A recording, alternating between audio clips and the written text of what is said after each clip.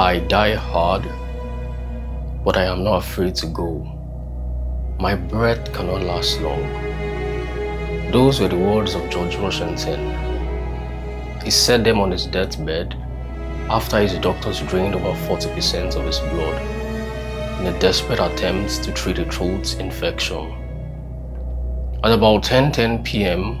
on December 14, 1799, the first president of the United States checked his own pulse and then died peacefully. His final words, "It is well."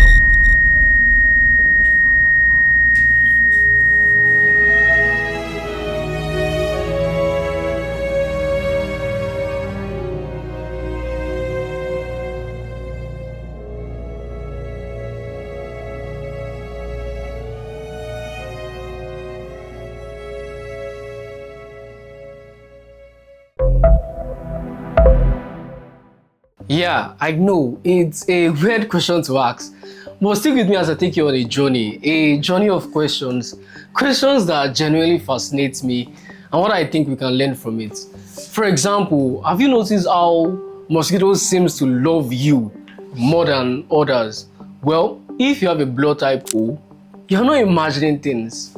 Research indicates that mosquitoes actually prefer people with blood type O and can even detect it by their scent. So, congratulations, you're officially the favorite meal for mosquitoes. And another thing I find interesting is that a person that cuts hair is called a barber.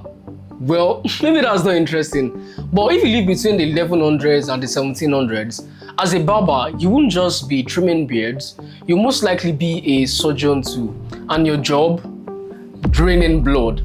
Yeah, surely you'd cut hair, shave beards, but you'd also perform tooth extractions, amputations, and minor surgeries. But your tools wouldn't just be clippers.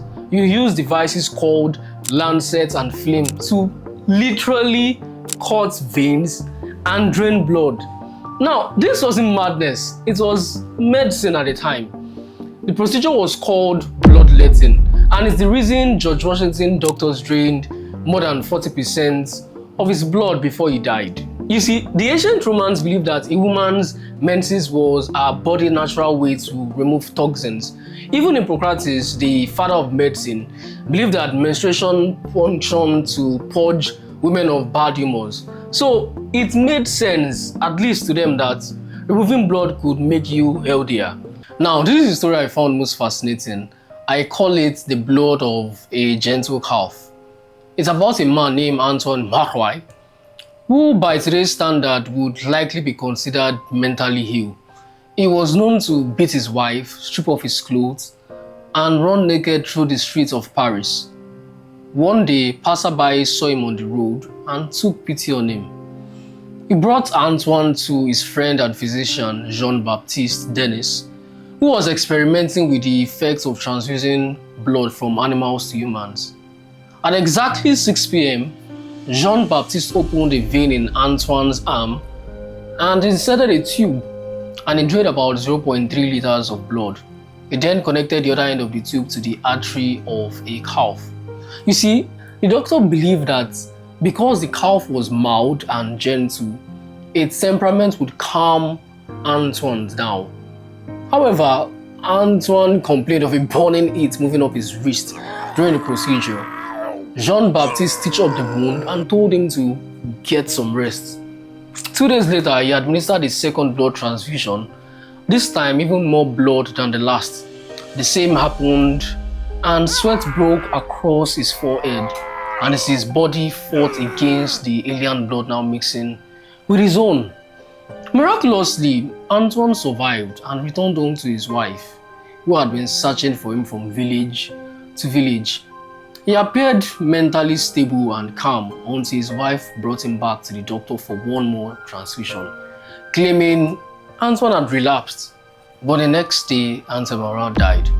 The doctor was charged with murder, but surprisingly, the investigation revealed that Marat's wife had actually been poisoning him, which caused his eventual death. So say what you will about Antoine, he was still a man looking for peace. And in the end, it wasn't the experiment that ended his life. It was the betrayal at home. So you might think that strange ideas about blood are a thing of the past, but you'd be wrong. Well, the science is actually pretty fascinating. Regular transfusions of the blood of a younger, physically fit donor can significantly retard the aging process. The vampire going insane. Brian Johnson. Brian Johnson. He calls himself the world's most measured human. He's spending $2 million a year on a team of 30 doctors. To reverse aging. So, Brian Johnson is a millionaire tech entrepreneur who sold his company to PayPal and now spends over $2 million a year to one goal: reversing aging. At one point, he had a liter of blood plasma from his then 17-year-old son infused into his own body. And he did the same with his father in what he called the world's first multi-generational plasma exchange. But here's a wild part.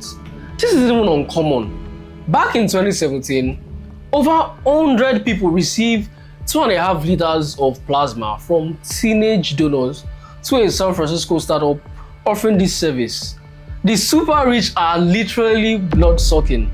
They're injecting blood from teenagers in hope of delaying death. The only problem is the US Federal Drug Administration says there is no compelling clinical evidence that this actually works. So to answer the title of this video, how much blood would you actually have to lose for you to die?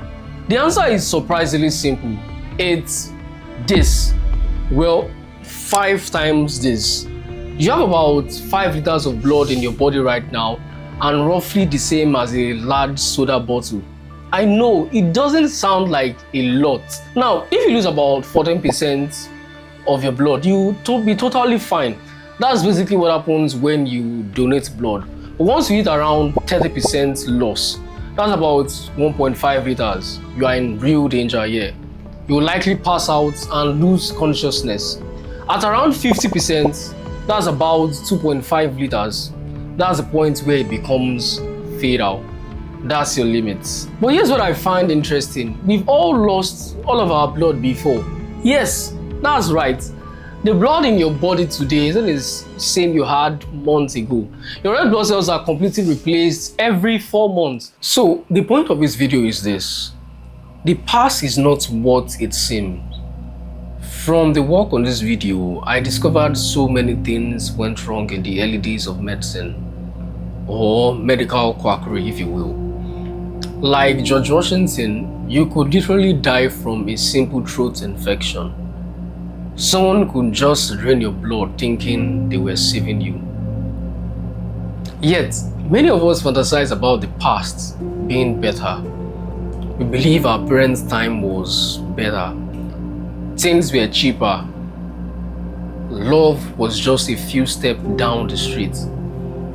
I think Jonathan Ames said it best when he said, everything is nostalgia. Everyone wants to live in the past. The past has no style. The present is ugly. It's part of the human condition to look to the past. Because if you look to the future, you have to look forward to your own death. So the past is where we all want to be. But here's the thing. Nostalgia isn't real. At least not in the way we think. See, we tend to remember the good times more than the bad, our wins more than the losses. It's our brain's way of protecting us. Because if we never forget the pain, how can we move forward to build better things? If a woman remembers the excruciating pain of childbirth in vivid detail, she might never conceive again. If people remembered heartbreak exactly as it was, they might never love again. And yet, in many ways, we are right to complain. Inflation is indeed rising. The world seems to be divided every day. The future feels uncertain. But what I discover is this. We actually have it better. Nobody's draining your blood anymore.